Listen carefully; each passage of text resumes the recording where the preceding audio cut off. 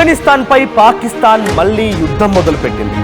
వాస్తవానికి పాకిస్తాన్ గురించి మాట్లాడుకున్నప్పుడు ఒక మాట చెప్పాలనిపిస్తుంది. తలపై రూపాయి పెడితే పైసాకి పనికిరాని వదవ పాకిస్తాన్ లాంటి వాడు మళ్ళీ వాడే ఇతర దేశాలపై దాడులు చేస్తూ మేము ఉగ్రవాదుల చేత బాధించబడుతున్నాము, మేము ఉగ్రవాద బాధిత దేశం అని చెప్పి పైకి ప్రేలాపాలు పలుకుతూ ఉన్నారు. సో మళ్ళీ ఆఫ్ఘనిస్తాన్ పై దాడి మొదలు పెట్టేసింది పాకిస్తాన్. అర్ధరాత్రి తాలిబాన్లపై బిగ్ అటాక్ కి దిగింది. కునార్ ప్రావిన్స్ లో అర్ధరాత్రి బాంబుల వర్షం కురిపించింది పాకిస్తాన్. ఎయిర్ స్ట్రైక్స్ తో 10 మంది మరణానికి కారణమైంది. నిన్న పెషవార్ అనేటువంటి ప్రాంతంలో పేలుళ్లకి ప్రతీకారంగా ఈ దాడి చేస్తున్నామని పాకిస్తాన్ అంటోంది. దాడులకి ప్రతిదాడులకి తాలిబాన్లు ఇప్పటికే ఎప్పుడో స్కెచ్ రెడీ చేసి పెట్టుకున్నారు. మీరు ఒక్కసారి మాపై దాడి చేస్తే మేము 10 సార్లు దాడి చేస్తామని చెప్పి అటు తాలిబాన్లు కూడా సిద్ధంగా ఉన్నారు. ఏ క్షణమైనా పాకిస్తాన్ పైన తాలిబాన్లు చాలా భయంకరమైనటువంటి దాడికి దిగే అవకాశం కనబడుతోంది.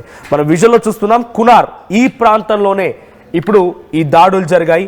కునార్ ప్రావిన్స్లోనే ఇప్పుడు ఆఫ్ఘనిస్తాన్ ప్రాంతం పైన పాకిస్తాన్ ఎయిర్ స్ట్రైక్స్తో రెచ్చిపోయింది. ఇప్పటికే ఈ సంఘటనలో 10 మంది మరణించారట, కానీ తీవ్రమైనటువంటి ఆస్తి నష్టం వాటిల్లింది. అయితే మొన్న పెషావర్ అనేటువంటి ప్రాంతంలో మానవ బాంబులుగా మారిపోయి కొంతమంది పాకిస్తాన్లోని పెషావర్ ప్రాంతంలో దాడులకు యత్నించారు. అయితే దీని వెనుక ఉంది ఆఫ్ఘనిస్తాన్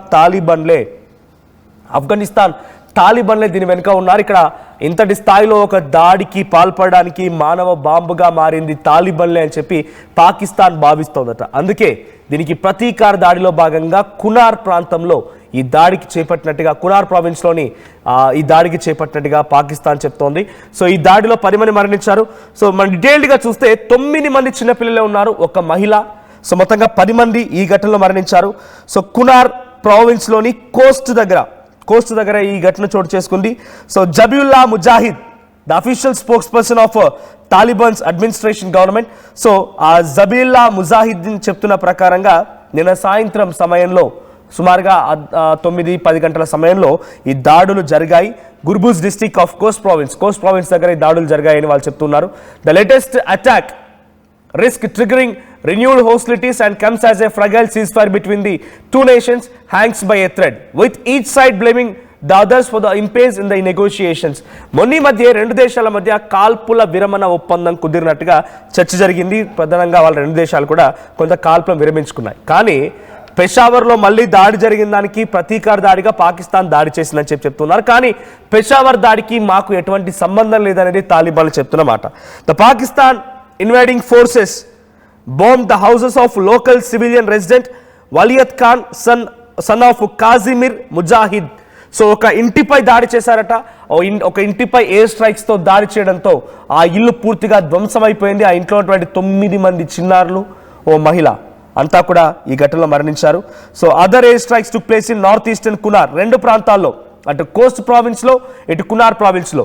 సో కునార్ ప్రావిన్స్ దగ్గర ఈస్టర్న్ పక్టికా ప్రావిన్స్ లో, కునార్ ప్రావిన్స్ లో, ఆ తర్వాత ఈస్ట్ పక్టికన్ ప్రావిన్స్ లో, సో కోస్ట్ ప్రావిన్స్ లో, ఈ ప్రాంతాల్లో సుమారుగా 3-4 రాష్ట్రాల్లో, అంటే అక్కడి ప్రావిన్స్ అంటే రాష్ట్రాలు.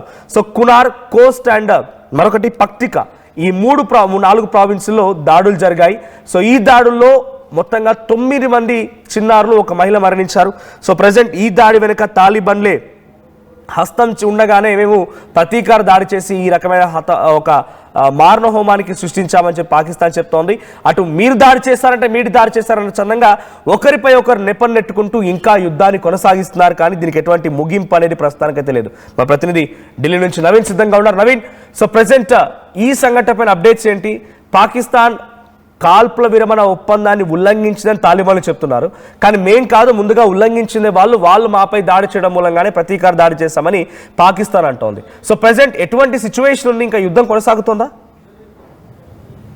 ప్రస్తుతానికి ఇంకా యుద్ధం అనేది ఇంకా కొనసాగుతూనే ఉంది. నిన్న రాత్రి నుంచి కూడా ఈ యొక్క ఫైరింగ్ అనేది కూడా కొనసాగుతున్నటువంటి పరిస్థితి అనుకున్నాయి. అయితే నిన్న పెషావర్ ప్రాంతంలో ఒక ఆత్మహత్య దాడి కూడా జరిగింది. ఆ దాడికి ధీటుగా పాక్ ఇప్పుడు ఆ దేశంపై కూడా ఎయిర్ స్ట్రైక్ కూడా చేసినటువంటి పరిస్థితి నెలకొంది. ఈ యొక్క ఎయిర్ స్ట్రైక్ లో 10 మంది చనిపోయారు. అందులో 9 మంది చిన్నారులు ఉన్నారు, మరొక వ్యక్తి ఉన్నారు. దాంట్లో ఈ మొత్తం కదా ఇప్పటి వరకు ఉన్నటువంటి సమాచారం ప్రకారం కేవలం 10 మంది చనిపోయారని చెప్పేసి కూడా ఆఫ్ఘనిస్తాన్ సంబంధించినటువంటి అక్కడ ఉన్నటువంటి స్పోక్స్ పర్సన్స్ కూడా కొద్దిసేపటి క్రితమే మీడియాతో మాట్లాడుతున్నటువంటి సందర్భాల్లో ఈ అంశాన్ని ప్రస్తావించేటువంటి పరిస్థితి నెలకొంది. ఇంకా మృతుల సంఖ్య ఇంకా పెరిగేటువంటి అవకాశాలు ఉన్నట్టు కూడా మనకి సమాచారం అందుతుంది. ఎందుకంటే అక్కడ ఉన్నటువంటి ప్రొవిన్స్ సంబంధించినటువంటి ఆ ప్రాంతాల్లోనే ఎక్కువగా పాక్ ఎయిర్ స్ట్రైక్ కూడా చెప్పడం జరిగింది. ఇళ్లనే టార్గెట్ చేస్తూ ఇళ్లపై ఆ బాంబులతో కూడా దాడి చేసినటువంటి పరిస్థితి నెలకొందని చెప్పేసి కూడా ప్రస్తుతానికి అక్కడ ఉన్నటువంటి వర్గాల నుంచి కూడా మనకి సమాచారం కూడా అందుతున్నటువంటి పరిస్థితి నెలకొంది. మొదటి నుంచి కూడా ఈ రెండు దేశాల మధ్య కూడా ఒక ఉద్రిక్తమైనటువంటి ఆ పరిస్థితులు కూడా నెలకొన్నాయి. ముఖ్యంగా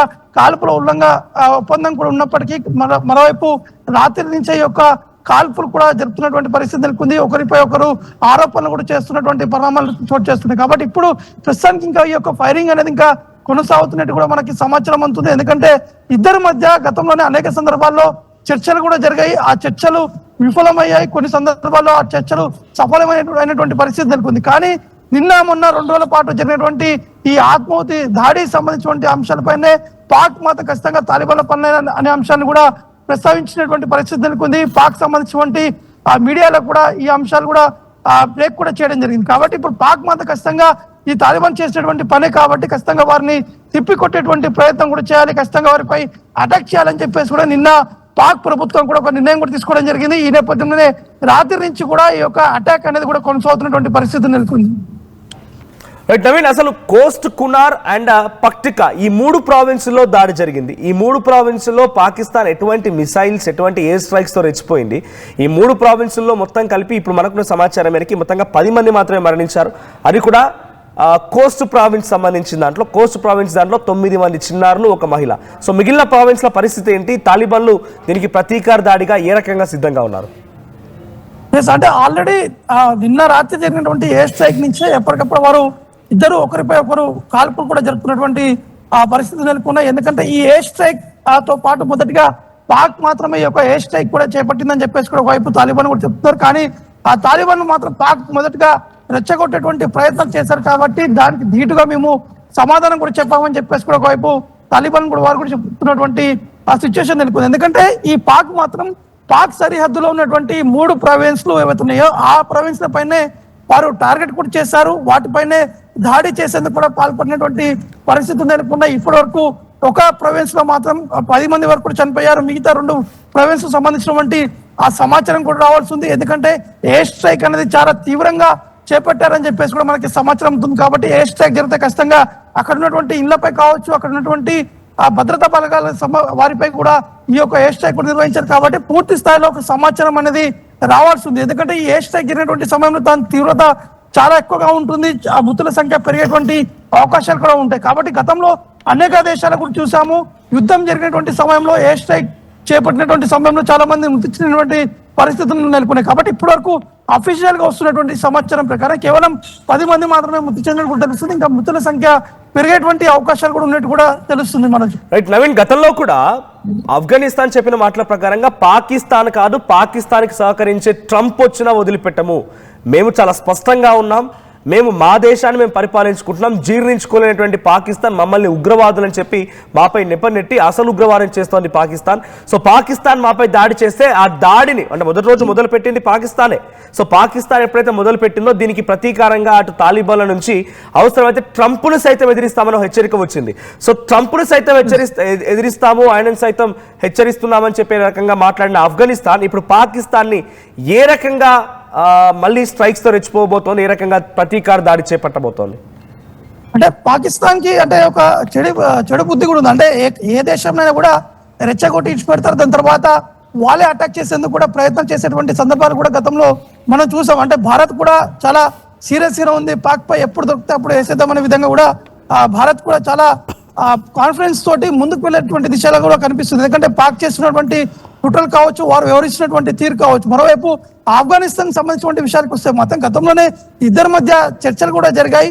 చర్చ జరిగినటువంటి సందర్భాల్లో కూడా అందరం కూడా ఈ కాల్పుల ఉల్లంఘన పాటిద్దామనే విధంగా కూడా వాళ్ళు చర్చలు కూడా చేపట్టారు. అంటే ఇరు దేశాలకు సంబంధించినటువంటి ముఖ్య నేతలు. దాని తర్వాత పాకిస్తాన్ వివరించినటువంటి తీరును కూడా తాలిబాన్లు కూడా చాలా సీరియస్ గా తీసుకోవడం జరిగింది. ఎందుకంటే ట్రంప్ గతంలో మద్దతు తెలపడము, ఒకవేళ ఎవరు వచ్చినా సరే ఈ పాకిస్తాన్ కి ఎవరు మద్దతు తెలిపినా కూడా వారి అంత కూడా చూస్తామని చెప్పేసి గతంలో తాలిబాన్లు కూడా హెచ్చరించినటువంటి పరిస్థితి నెలకొన్నాయి. కానీ నిన్న ఇవాళ జరుగుతున్నటువంటి ఈ కాల్పులకు మాత్రం ఇప్పటివరకు ఎవరు కూడా స్పందించలేదు. పాక్ కి మద్దతు ఇస్తున్నట్టు కూడా ఎవరు కూడా నేరుగా చెప్పలేదు. ఎక్కడ కూడా మీడియాలో ప్రకటన కూడా రాలేదు. ఎటువంటి ట్వీట్స్ కూడా రాలేదు. కానీ చూడాల్సి ఉంటుంది. పాక్కి మద్దతు ఇస్తే ఖచ్చితంగా ఆ దేశాలకు కూడా ఈ ఉన్నటువంటి ఆ పరిణామాలు కూడా ఆ దేశాలపై కూడా ప్రభావం పడేటువంటి అవకాశం ఉన్నట్టు కూడా స్పష్టంగా కనిపిస్తుంది మనోజ్.